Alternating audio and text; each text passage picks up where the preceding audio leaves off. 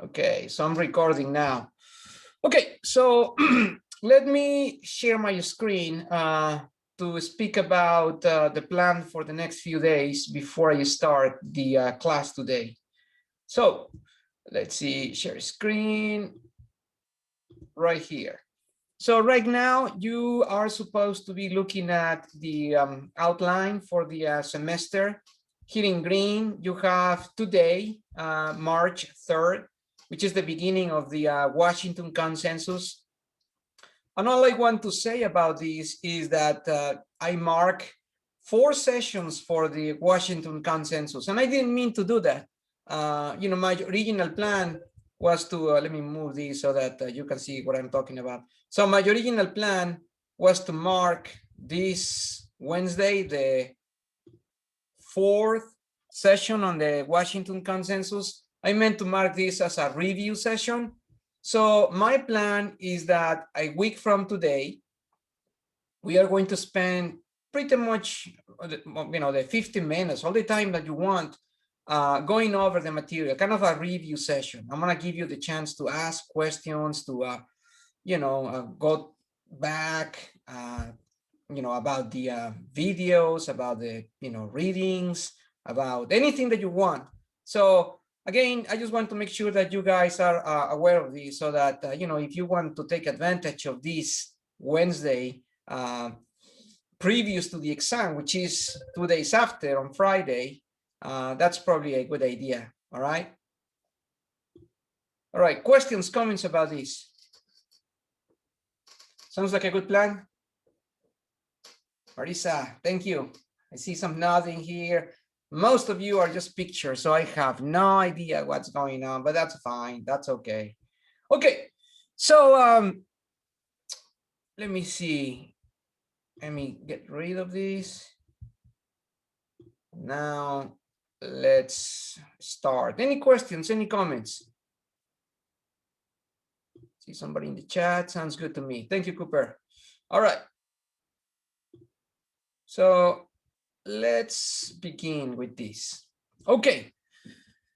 So these next few sessions are going to be devoted to talk about the so-called Washington Consensus. And some of you, I am sure, have seen this in other classes, in other contexts. I am going to define what it is and, why this matters and all that. Especially because the next section is going to introduce the new left in Latin America.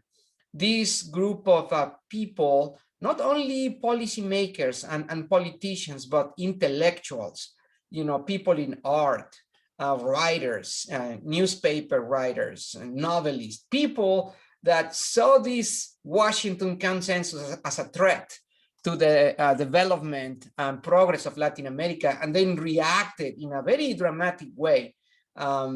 So this is where we are going to start introducing, once again, more properly, the cases of Venezuela, Nicaragua, Brazil, and other countries. So this is why this is an important transition. This section transitioning between the past and the current and the future state of Latin America. Okay, so let's begin. In 1989, there was this guy. I think he's still alive, John Williamson. He was a senior fellow at the Institute of International Economics, and you can go to the website, right there. I am not going there now. Now, a couple of things here. I think I have used this terminology before, but I'm not sure everybody's clear about what this means. I have used the term think tank, a think tank, like a tank of ideas. So in many countries around the world, certainly in the US, specifically in certain locations like Washington, D.C., you have a group of centers, institutes that we call think tanks that concentrate a large group of people with, most of the time, very high academic and scientific credentials. So, for example, the Institute of International Economics is a think tank that specializes in international economics. And there are others like the Hoover Institute, the Hudson Institute, the Cato Institute, the Heritage Foundation. They come in different names and different shapes, but here is a very interesting characteristic of these think tanks. Although most of the time, many of them claim to be non-partisan, it is very clear that most, I don't know if I can say half and half or what the distribution, but some of them have this liberal orientation and some of them have a more conservative approach, right? So the idea is that, you in Washington can also be an influencer. I'm not talking about a YouTuber. I'm talking about a policymaker influencer, because lobbying groups are going to approach you. They're going to commission studies. They're going to ask for research. And of course, if you as a policymaker or as a politician have a particular agenda, you're going to approach a think tank that aligns more or less well with your way of thinking, so that you know that the results that they're going to produce are going to be in line with what you want to produce. And of course, this is done because taking advantage of the academic, scientific credentials of these people working at think tanks like John Williamson, you presumably gain some credibility when you present a new bill or when you are trying to, argue for certain point, either in Congress or outside. The point is, this is why Washington, D.C. is so important for the U.S. and for the world, because it's not just about domestic policy, it's about international policy as well, or foreign policy. Anyway, so John Williamson, senior fellow at the Institute of International Economics, in 1989, wrote a paper and presented the paper at a conference where he basically was trying to make a very simple point. So he argues, right? So he basically was trying to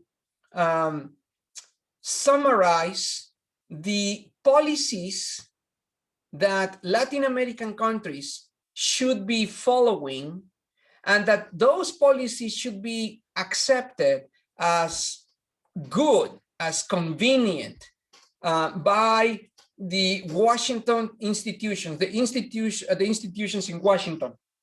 And I am going to explain what that means well, actually I can scroll down here. So what does he mean by Washington? By Washington, he meant everybody in the senior administration, the cabinet of the president, the technocratic Washington, meaning IMF and the World Bank, and also the economic agencies, the Federal Reserve Bank, the Treasury Department, but also research institutions, official institutions like the Bureau of Economic Analysis, the BEA, the Bureau of Labor Statistics, BLS. All of these things, believe it or not, are headquartered in Washington, D.C., right? So it's a very powerful place. And by consensus, he means this set of policies and policy instruments that Washington, in quotes, that group of institutions, would regard as acceptable as significant, meaningful policy reform.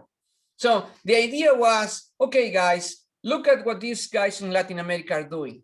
They are in the process of moving away from import substitution, and now they are adopting this neoliberal recipe dictated by the IMF, the World Bank. It makes sense. We should be helping them because they are going to be in a much better financial position to eventually pay the debt back, to get back on their feet, financially speaking. But not only that, think about this.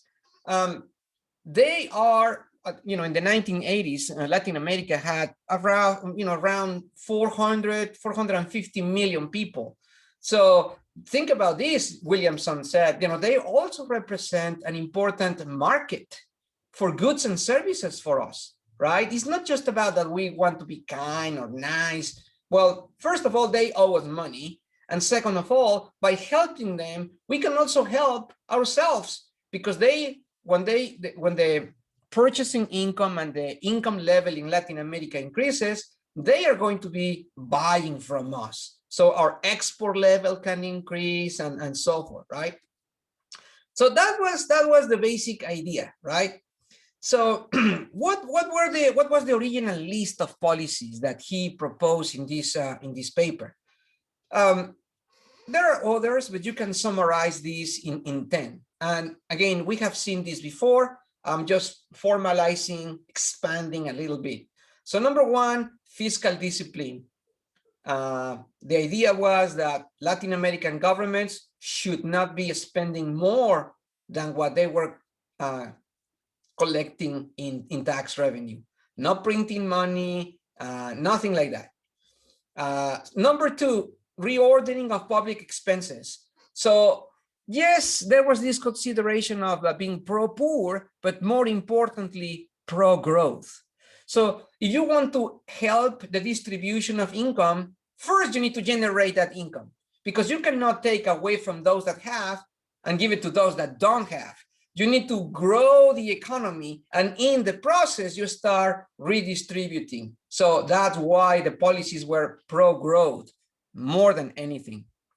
Of course, tax reform. And again, we already saw that this is a challenge. How do we broaden, how do we make larger the tax base when a large proportion of the economy in Latin American countries relies on the underground economy? That's a big, big challenge. But the second part of the recipe was we need to reduce taxation, especially for the business sector, because we want to stimulate the creation of jobs. And if you penalize too much the business sector, they are not going to be in a position to create employment, right? Number four, liberalization of interest rates. So the central bank, because every Latin American country, believe it or not, has the equivalent of the Federal Reserve. Of course, they don't have the same power, either domestically or internationally. But every country has a central bank that controls the money supply, interest rates, just like any other central bank in the world. So the idea was to let the market determine interest rates, no controls. The same with exchange rates. The same with trade, number 7, elimination of tariffs, quotas, subsidies, everything has to go. And of course, number 7, you need to open up the doors to FDI, to foreign capital.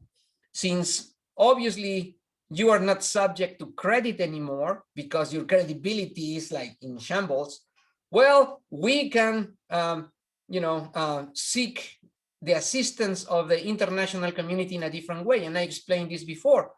The foreign money that flew to Latin America, started flowing to Latin America, was not as loans, but as partnerships, right? And of course, that implies gaining control over Latin American companies and Latin American industries. Number 8, we also talk about privatization. And number 9, deregulation. And number 10, property rights. This is a key element, guys, and I want to spend just 1 minute here. Property rights are basically defining who owns what.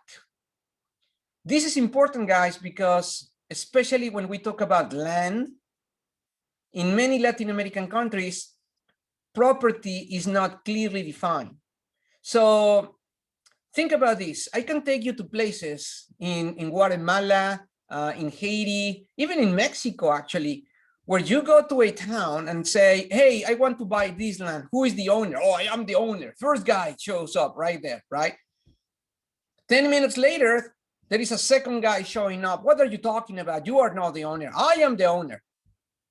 And then a third guy, and that says that, or claims, what? No, that's nonsense. My grandparent and his dad has been there. So eventually you ask, okay, show me your title of property. And guess what? None of these 3 guys can show you a title of property, right? So there is boundaries dispute, territorial fights among all these families. Now, why is this important? Okay. There is a very famous Peruvian economist by the name of Hernando de Soto that wrote a book called The Mystery of Capital. The Mystery of Capital.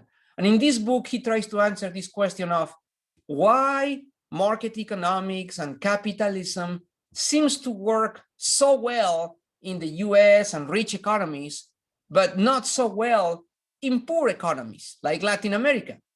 So the answer was, or one of the answers was, poorly defined property rights. Why? Well, if you're thinking about expanding, if you're thinking about growing, and you need an infusion of capital, like many rich nations do, including the US, you need to go to the bank and borrow money. You say, hey, I want to open up a business, I want to expand my existing business, and the first thing that the bank is going to ask you is, okay, show me your title of property. In the US, no problem. Here is my title of property. All right, let's move on to the next process in the paperwork. Well, in Latin American countries, this is a problem because property rights are not clearly defined.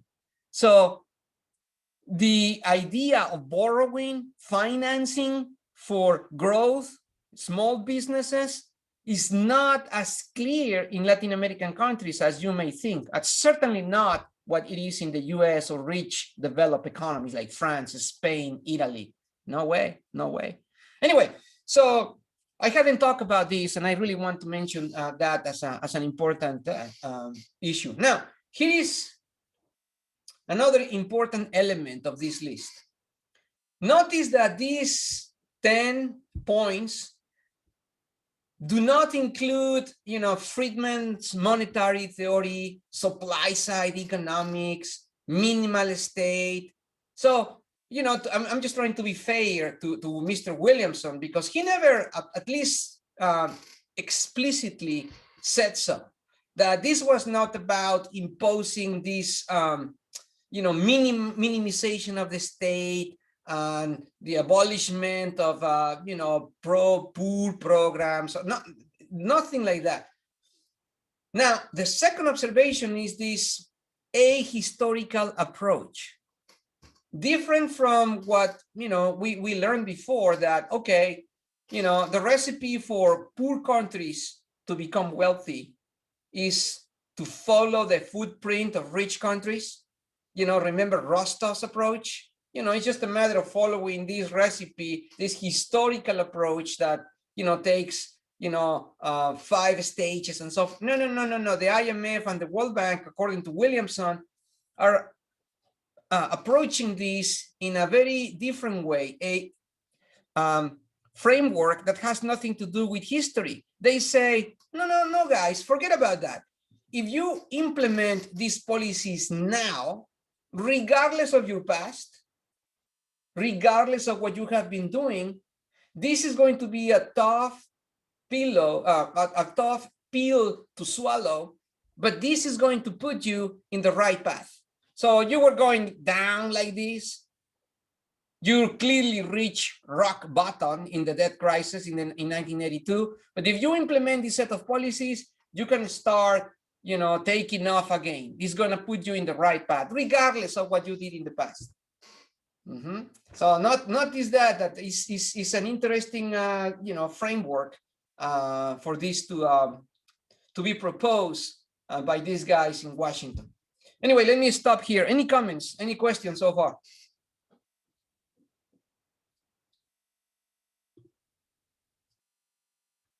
Yes, Cody. Yeah. So when we talked about the IMF policies, and this sort of just builds upon that. The IMF policies occurred after this was sort of conceived and sort of put in place, correct? Because that happened in the late 80s, and this happened before that, right? Yes. Okay. So let me try to clarify this. So remember, 1982, Mexico declares I cannot pay. This produced this domino effect. Latin American countries are not paying. So Latin America is in crisis.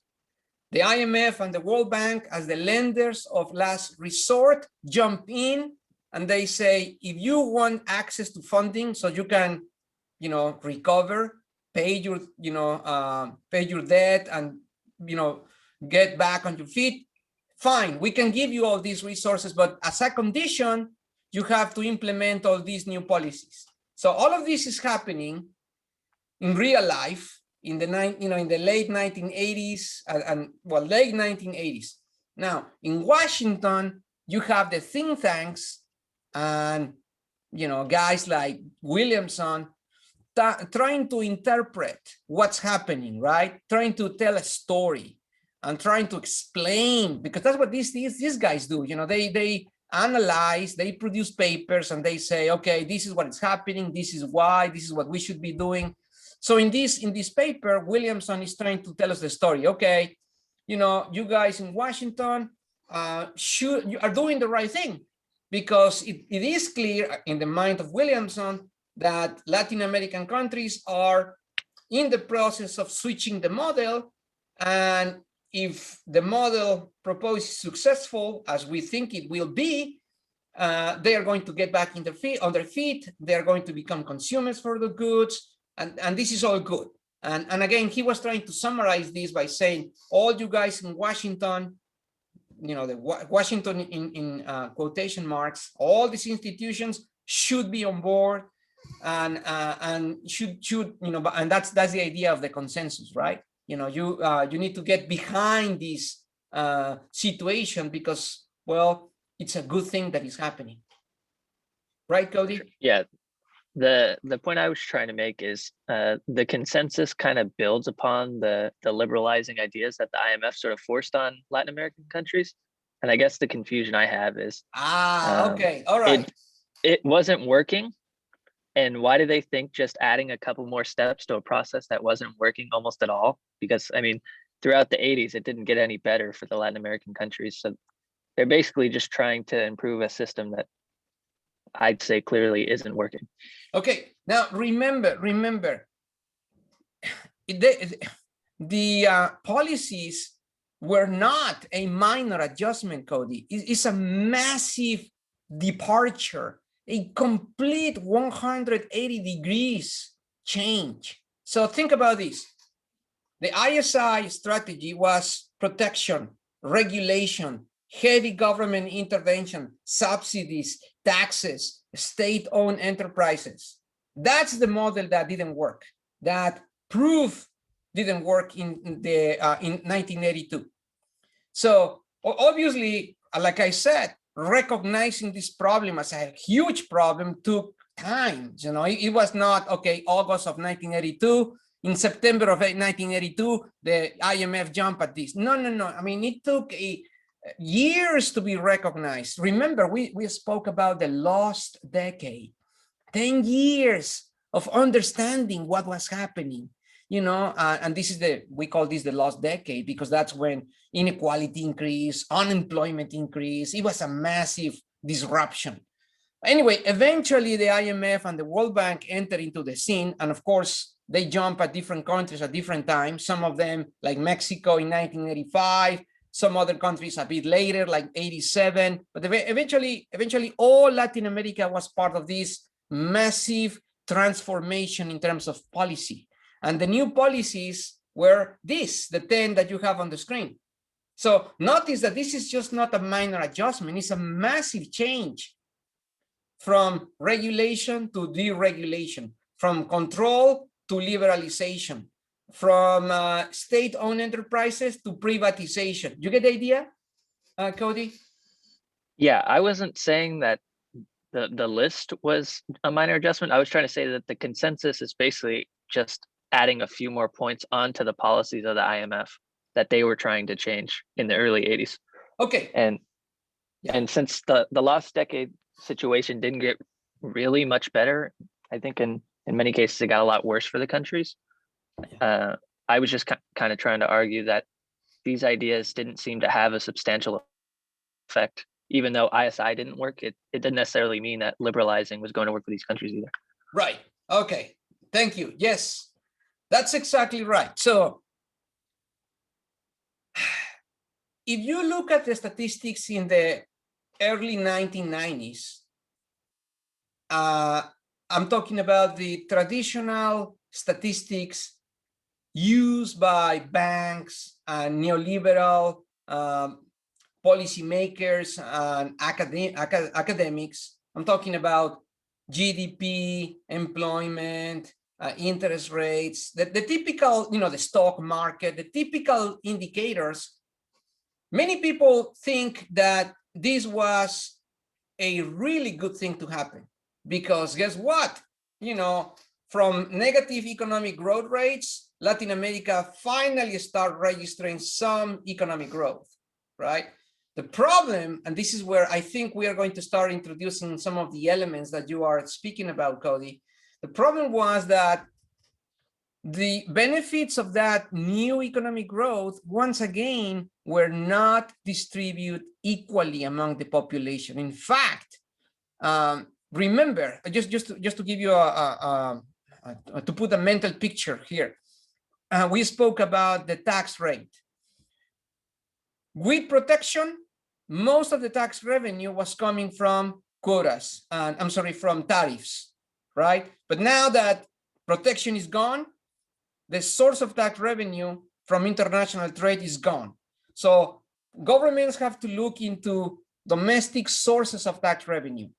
And rather than emphasizing personal income taxes or corporate income taxes that can be progressive, meaning you make more money, you pay more.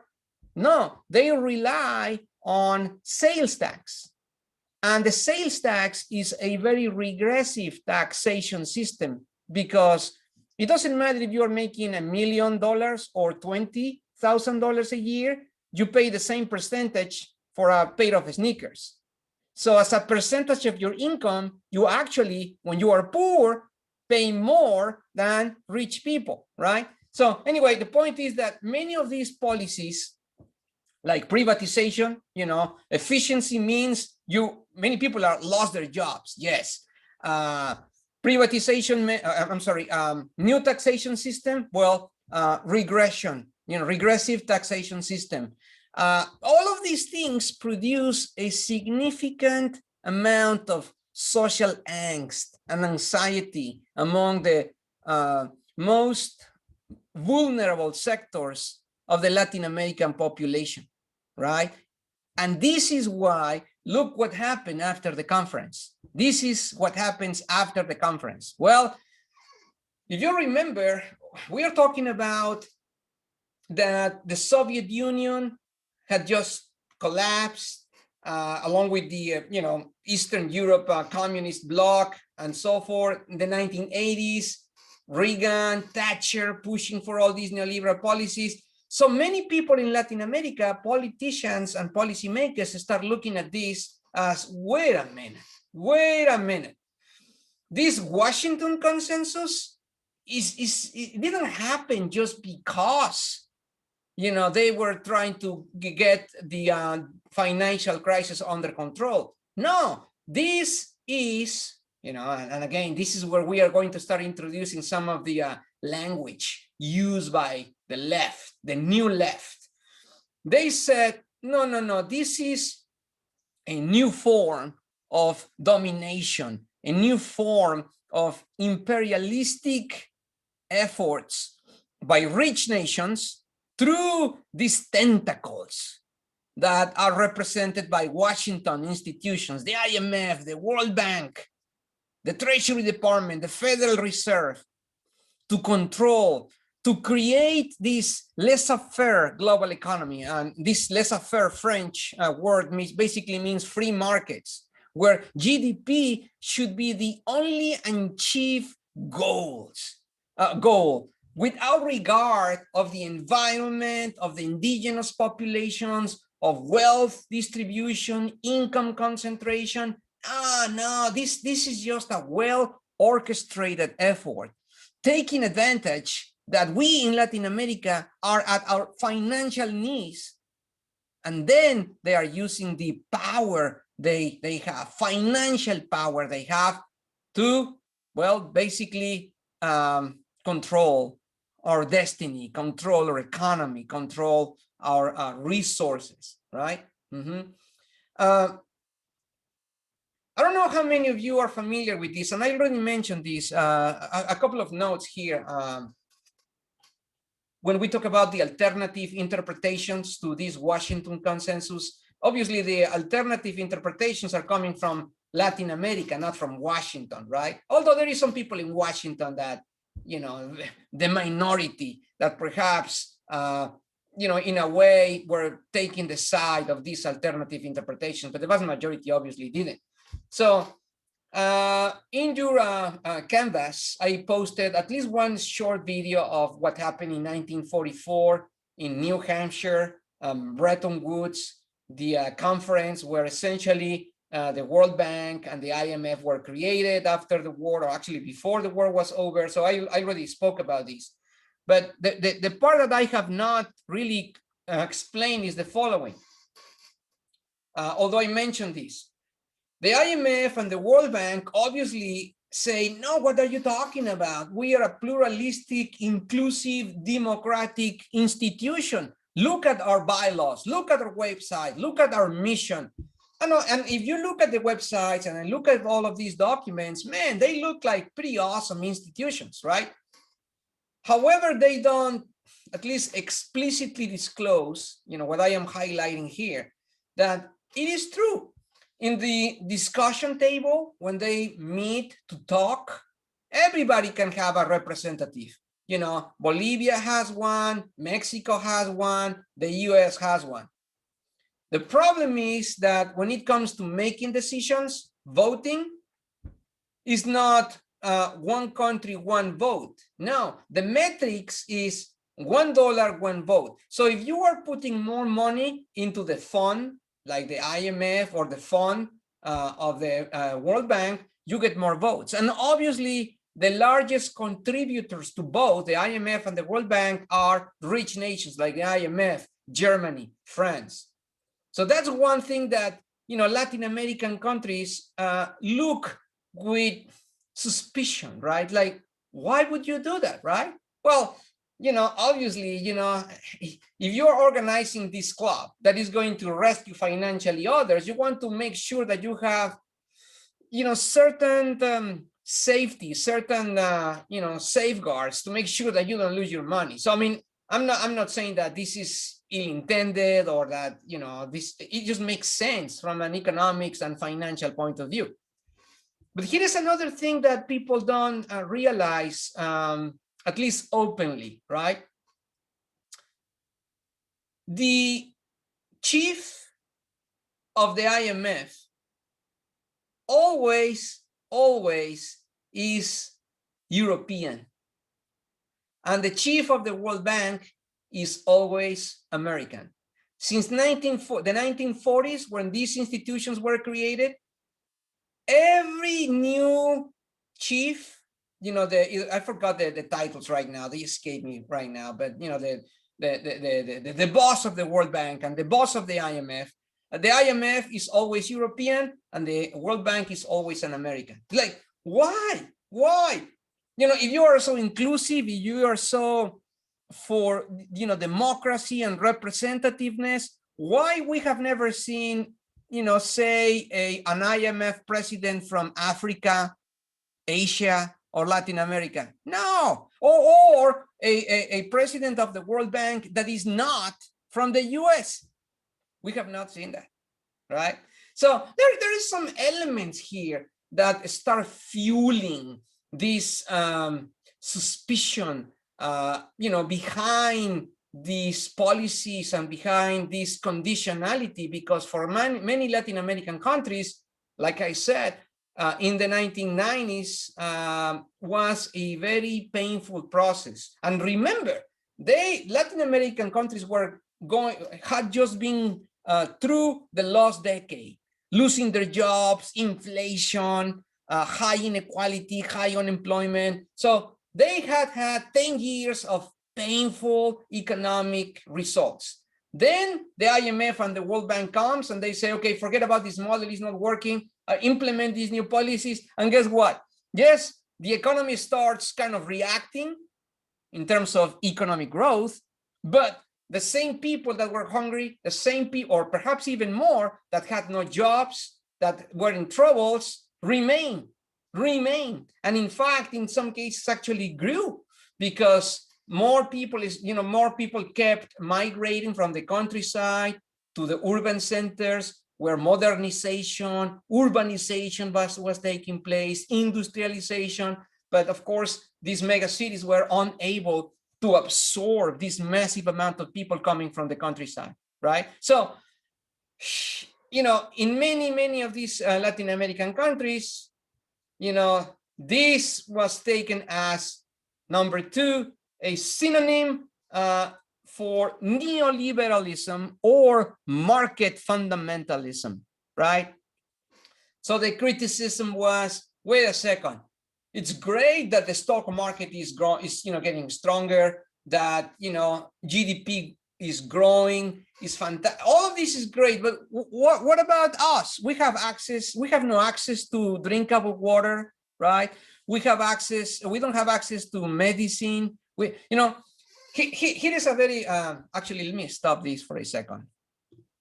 Let me stop this. This is a very interesting conversation, actually, guys. When Latin America was under the ISI strategy, and there were a significant amount of price controls, you know what happens when price controls are enacted, right? So think about places like the Soviet Union, like Cuba.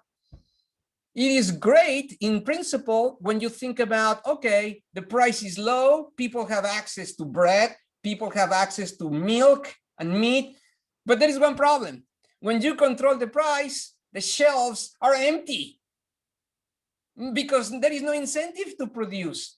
Why would you produce bread or milk or whatever when the government is telling you you cannot sell it at a higher than certain price? So you have scarcity, you have rationing. I don't have it with me, but I can show you later a card that one friend of mine in Cuba gave me a couple of years ago when I was in Havana, showing me, the toothpaste and the uniforms that they were allowed to have every month, and anyway. So that's a huge problem with price controls. And in Latin America, obviously not to the extreme as the Soviet Union or Cuba, but in many Latin American countries, price controls actually produce scarcity, right? So many people were hungry. Many people were, didn't have access to medicine, food, and other things. But then, get this, we switch models to a market-based economics type of policies, neoliberal policies, however you want to call them, right? And obviously now the shelves are full. The variety, not just domestically produced toothpaste, but also international toothpaste and, bread, all sorts of bread and all that. But now you have a different problem. And again, people before under price controls couldn't buy food or couldn't buy toothpaste because the shelves were empty, no incentive to produce. But now, many of these people didn't have access to toothpaste or bread because, the price was too high relative to their income. They just couldn't afford them. They were right there on the shelf, only for them to grab them. But they had no jobs, or if they did, the productivity level was so low, they just couldn't afford this type of goods. So Latin American countries, many Latin American citizens reacted this in a very, impulsive way. And this is why, again, I'm just trying to tell you the story, the seeds behind this populist movement that politicians like Hugo Chavez and Correa and Daniel Ortega in Nicaragua use to convince the population to vote for them. And then they start using the Washington Consensus as the target for the misfortunes of Latin America. And this also was used to fuel this sentiment of anti-USA, this sentiment of, we need to be in control, not foreigners, right? And this is also, why in 1994, think about this, 1994, this is the year when Mexico signs the North America Free Trade Agreement with Canada and the US. So for many people in Latin America, I already said, Mexicans were seen as traitors rather than siding with the South. And Mexico, up to then, was seen as one of the leader countries because of the size, because of the proximity to the US and so forth. They saw the Mexico as, okay, now we're lost. What are we going to do? I mean, Brazil is here, great. But Mexico was a big hope, and they went with the rich guys, right? Anyway, let me stop here for a second to get some reactions, comments, questions. I just wanted to, Professor Avalos, when it comes to the prices being too high relative to income, right? That's where international trade is a positive thing, right? Import free, international trade, tariff free international trade brings down the prices of the products, right?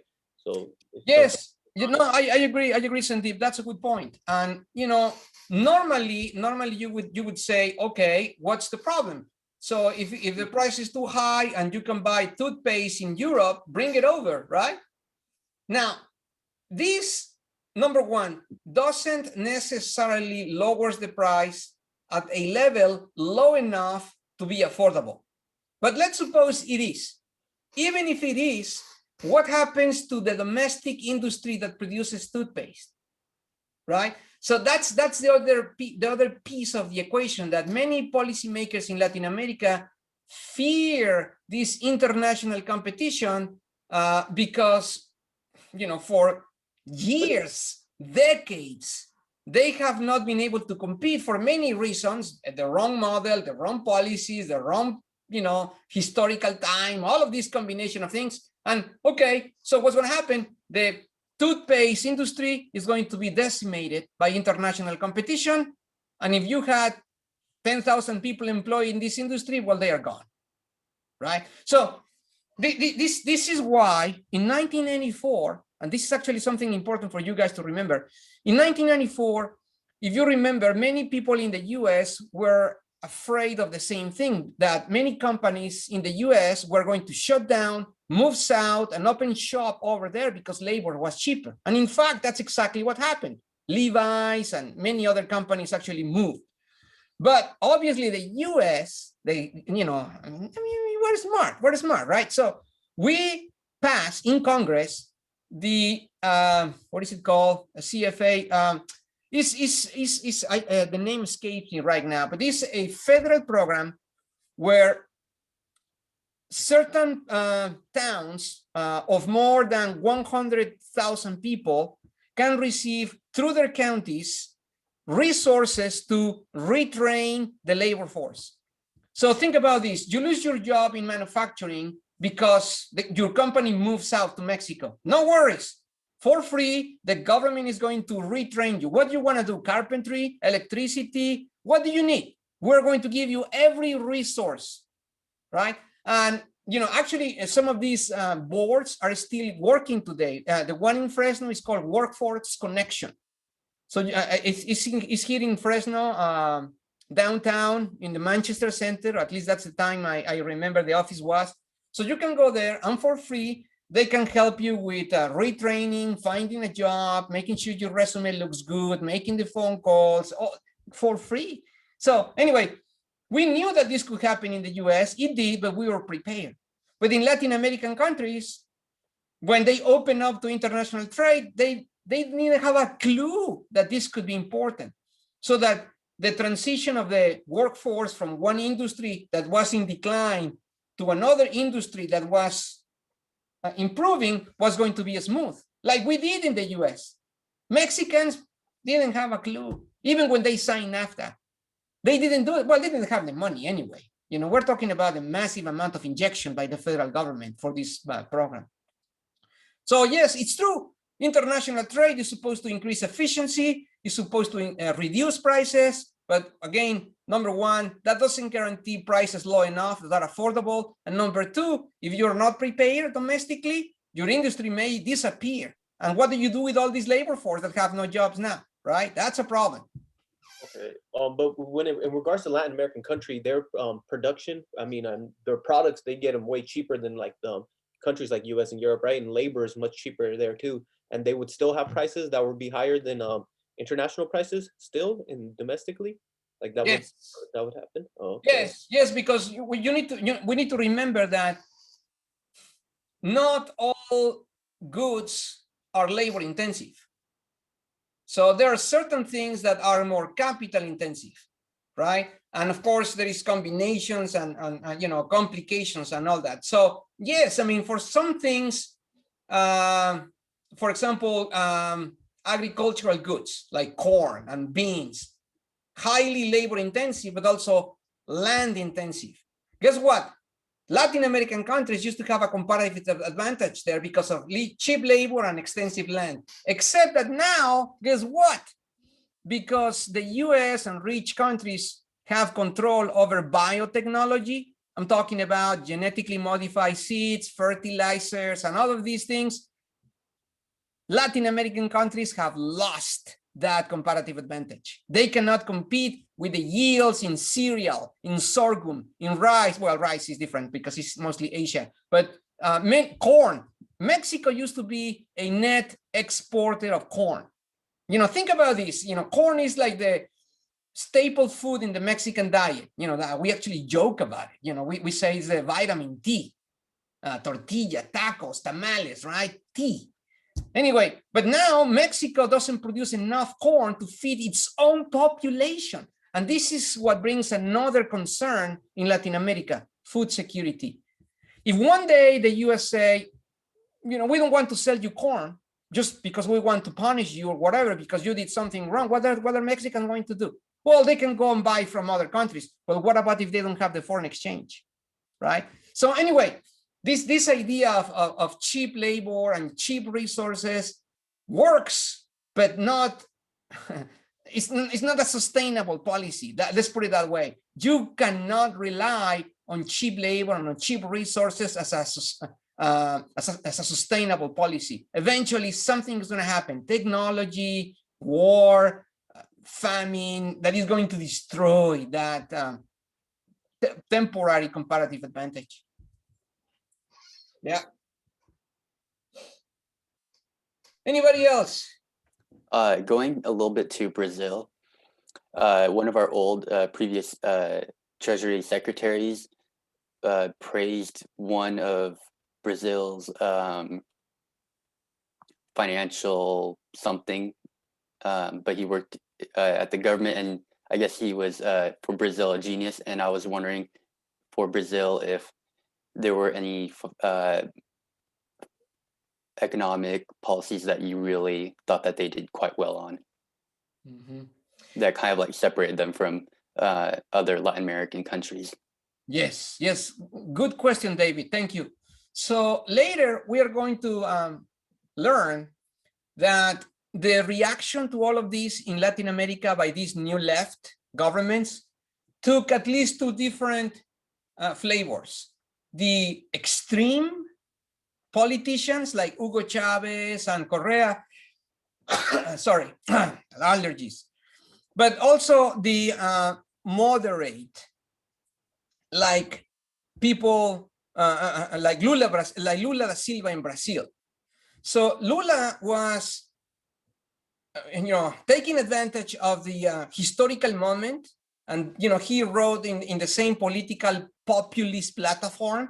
But when he grabbed power, he didn't go crazy like others did. He was more moderate, and he actually implemented many very interesting policies pro-poor, pro-development that are based on market-based economics, which is like, what? Okay, let me give you an example very quickly because I'm out of time. But he created something called Casa Bolsa. And don't quote me on this. Bolsa has a name. The name has the word bolsa in it. But anyway, this is a cash conditioning program. So the idea is, okay, we know that human beings are smart enough and that the government cannot tell them how to spend their money. So we are going to give the money, cash, to them as a subsidy, as a, similar to a welfare program, but there is going to be some conditions.